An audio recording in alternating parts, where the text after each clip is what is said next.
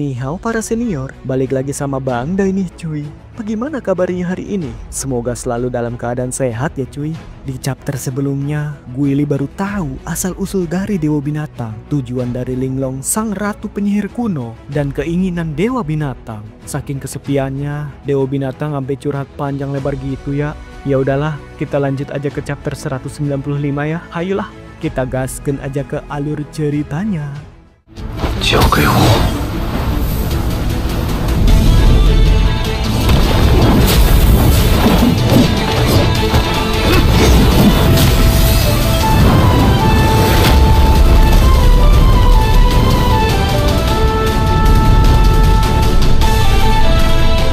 Rombongan Lu Sueci sudah berjalan cukup lama di dalam gua kuno itu. Sepanjang jalan mereka tetap waspada, tapi sampai sekarang belum ada satupun serangan atau gangguan yang muncul. Dalam kegelapan yang pekat, sosok Lu Sueci yang dibalut cahaya biru lembut terlihat semakin dingin dan misterius. Tatapan matanya yang tajam terus fokus ke depan, menembus kegelapan yang seperti nggak ada ujungnya. Ia terus melangkah, tidak sekalipun menoleh ke belakang. Tiba-tiba Lu Sueci terhenti. Orang-orang di belakangnya langsung ikut berhenti. Li Sun yang ada di barisan depan melangkah maju dengan waspada, ingin bertanya ada apa. Tapi sebelum sempat buka mulut, suasana yang tadinya sunyi mendadak berubah. Entah dari mana muncul getaran halus yang hampir enggak terdengar. Lalu terdengar raungan aneh, campuran antara teriakan, auman, dan jeritan rasa sakit dan putus asa. Dalam sekejap, gua kuno itu bergetar hebat. Suara gemuruh rendah bergema dari kejauhan, seperti ada makhluk roh raksasa yang sedang marah besar di dalam gua. Kegelapan yang tadinya sunyi kini terasa seperti mulai bergolak. Dari kedalaman gua, suara raungan datang dari segala arah, memenuhi telinga. Semua orang langsung saling pandang dengan wajah tegang.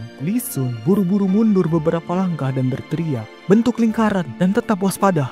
Orang-orang dari lembah Fenxiang yang memang sudah terbiasa bertempur cepat bergerak, walaupun kaget, mereka nggak sampai panik. Mereka segera membentuk formasi dan mengarahkan pandangan waspada ke depan. Dinding-dinding batu di sekitar mereka mulai bergetar pelan, seolah ada kekuatan besar yang sedang bangkit. Tanah di bawah kaki mereka pun ikut bergetar. Dari depan, suara raungan itu makin keras, semakin terasa mengancam. Di tengah kekacauan itu, entah kenapa, Lu Sueci sama sekali nggak bergerak. Dia berdiri di tempat, tidak mundur selangkah pun, seolah nggak peduli dengan rekan-rekannya yang sudah bersiap di belakang. Dari tempatnya berdiri, ia menatap lurus ke dalam kegelapan yang tampak buas, seolah siap melahap dirinya kapan saja. Tiba-tiba, tanpa ada peringatan, angin kencang menerjang dari kedalaman gua. Hembusannya seperti gelombang besar yang mengguncang seluruh ruangan. Rambut dan pakaian Lu Sueci langsung berkibar hebat diterpa angin. Hembusan angin itu membawa hawa gila yang bikin bulu kuduk merinding. Sulit dibayangkan makhluk macam apa yang ada di sana. Tapi Lu Sueci hanya diam. Tatapannya tetap menembus kegelapan, berdiri tegak melawan badai yang terasa ingin merobek tubuhnya. Wajahnya sedingin es, tapi dalam matanya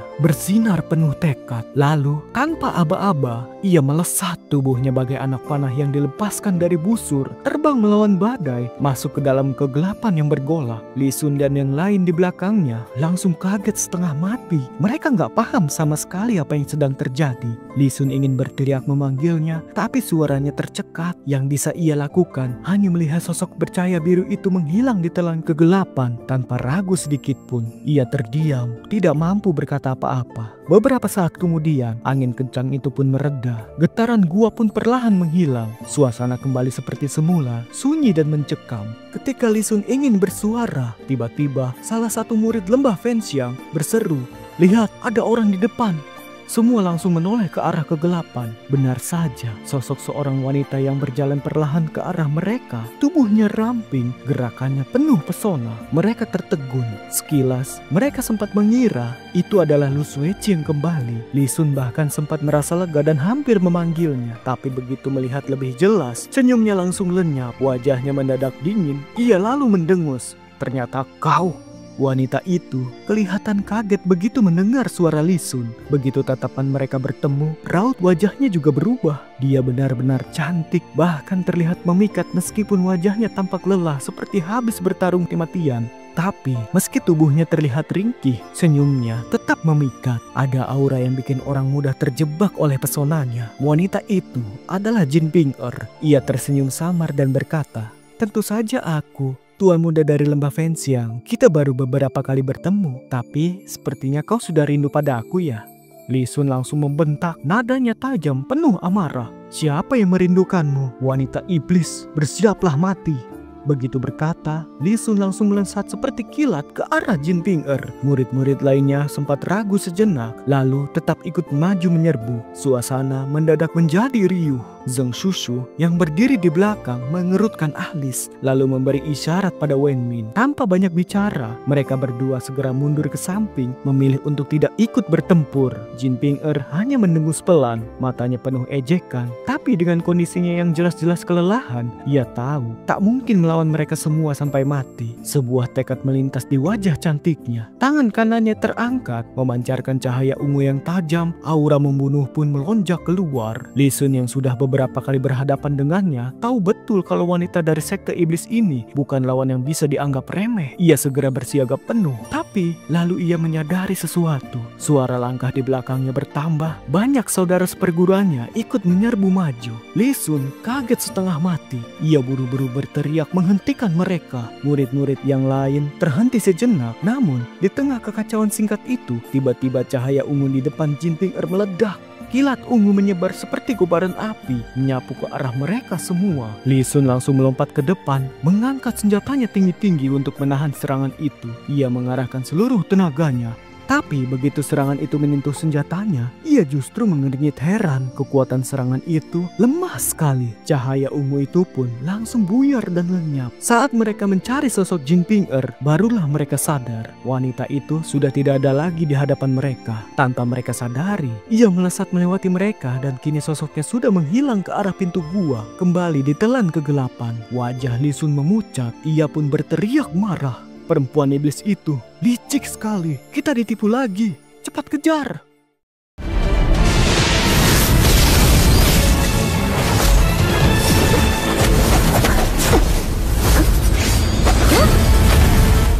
Di kedalaman gua, Dewa Binatang dan Guili terdiam lama. Setelah beberapa saat, Guili mengangguk dan berkata, "Jadi begitu rupanya." Dewa Binatang menarik nafas panjang, menoleh padanya dan tersenyum, lalu berkata, "Lucu juga. Dulu aku tidak pernah merasa ingin bicara sebanyak ini. Mungkinkah ini bagian dari kelemahan sebagai manusia?" Guili menarik nafas dalam-dalam dan berkata, "Aku datang bukan untuk membunuhmu. Aku datang hanya ingin mengambil itu." Ia menunjuk ke arah gerbang batu. Dewa Binatang mendengus lalu berkata, "Aneh sekali, kau datang bukan untuk membunuhku, tapi ingin mengambil Tao Tie. Untuk apa kau menginginkannya?" Guili menjawab, "Bukan aku yang menginginkannya, orang lain yang membutuhkannya. Selama itu bukan hal yang melanggar kebenaran, aku akan membantunya." Dewa Binatang menatapnya lama, lalu tertawa. "Kau berutang banyak ya?" Guili terdiam sebentar, lalu berkata, "Aku berutang banyak sekali, terlalu banyak. Bahkan seumur hidup pun mungkin tidak bisa kulunasi." Ia menggeleng dan menghela nafas, lalu melangkah maju. Api dari tungku memantulkan cahaya di wajahnya. Dalam cahaya dan bayangan itu, suara Guili terdengar. "Aku tidak berniat menjadi musuhmu, tapi sepertinya ini tidak bisa dihindari." Dewa Binatang mendongak dan tertawa dingin. "Kau kira dengan kekuatanmu bisa mengalahkanku?" Guili tidak menjawab dan ia tidak berhenti melangkah. Langkah-langkah beratnya bergema di dalam gua kuno. Tidak ada angin. Namun entah kenapa, nyala api satu-satunya di ruangan itu mulai bergoyang dan cahayanya semakin terang. Guili terus melangkah menuju Dewa Binatang yang berdiri di balik api. Tiba-tiba, api itu menyala sangat terang, membesar berkali-kali lipat. Di antara kobaran api, terdengar suara seperti lengkingan naga bergema ke segala penjuru. Dengan suara naga itu, seluruh ruang batu yang besar ini pun ikut bergetar. Suara itu semakin lama semakin tinggi, bergema dari dalam kegelapan tanpa mereda, hingga menjadi jeritan nyaring yang menusuk telinga dan mengguncang jiwa. Guili menghentikan langkahnya karena nyala api yang menyala-nyala di depannya tiba-tiba melonjak keluar dari tungku api, menghalangi jalannya. Di balik kobaran api yang menyengat itu, samar-samar tampak sepasang mata buas dan menyeramkan yang menatap tajam ke arahnya. Sosok Dewa Binatang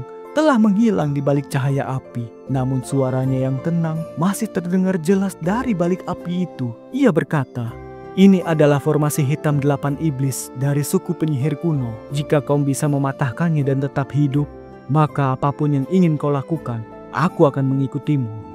Begitu ucapannya selesai, hampir bersamaan terdengar raungan marah dari pusat api yang paling menyilaukan. Nyala api itu berguncang hebat. Tanah dalam radius 5 kaki di sekitarnya semuanya pecah dan terbakar. Betapa panasnya udara di sekitar tungku itu. Angin panas yang sangat kuat menerpa dari depan, namun ekspresi Guile sama sekali tidak berubah. Gambar iblis pertama berwarna merah darah perlahan muncul di atas kubaran api. Wajah bengis dan pose yang aneh itu persis seperti yang pernah ia lihat di altar api hitam lembah Fenxiang. Satu persatu gambar menyusul muncul. Cahaya merah darah membentuk lingkaran yang mengelilingi api menyala-nyala di tengah. Ketika cahaya terakhir di bawah nyala api itu menyatu, seluruh lingkaran cahaya itu tiba-tiba memancarkan sinar merah terang. Aura buas yang sangat mengerikan turun ke tempat itu, dan sepasang mata mengerikan dalam kobaran api pun tiba-tiba membesar. Seketika, sebuah raungan menggelegar memenuhi ruangan batu.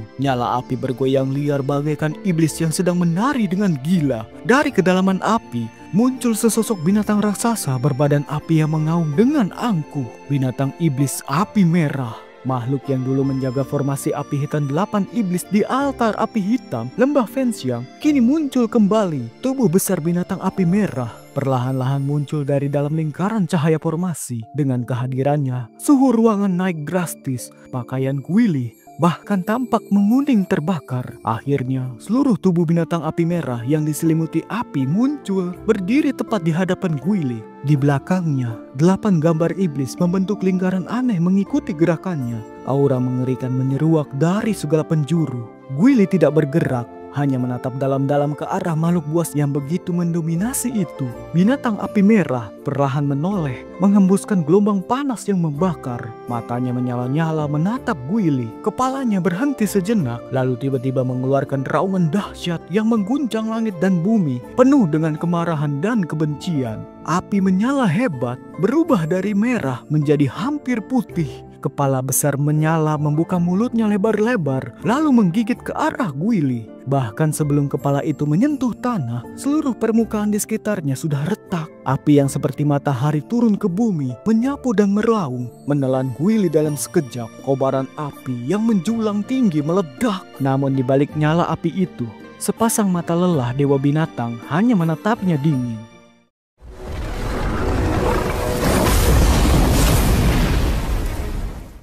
Sementara itu, Lu Sueci melaju cepat di dalam gua kuno yang gelap itu. Pedang surgawi Tiannya tergenggam di tangannya, memancarkan cahaya yang semakin kuat. Angin masih berhembus. Jalan di depannya masih gelap, namun pasti akan ada seseorang di ujung jalan ini. Dan kemudian ia melihatnya. Seberkas cahaya hijau redup dan pintu batu dalam cahaya itu. Dari kegelapan di samping pintu batu, terdengar suara raungan rendah, tapi segera diredam oleh suara lain. Lu Sueci menatap kegelapan di balik pintu batu. Ia tampak ragu, tapi saat itu juga tiba-tiba datang gelombang panas luar biasa. Dari cahaya hijau itu terdengar dentuman besar. Api merah menyala, raungannya menggetarkan segalanya. Tanah dan dinding batu di sekeliling kembali bergetar hebat. Cahaya biru es melesat dari kegelapan. Di tengah gelombang panas, sosok indah itu tidak lagi ragu melawan arah angin, melesat menuju kedalaman kegelapan dan kobaran api. Raungan dahsyat dan seluruh gua bergetar hebat. Batu-batu jatuh seperti hujan. Sosok Lu Sueci telah menghilang dari tempat sebelumnya.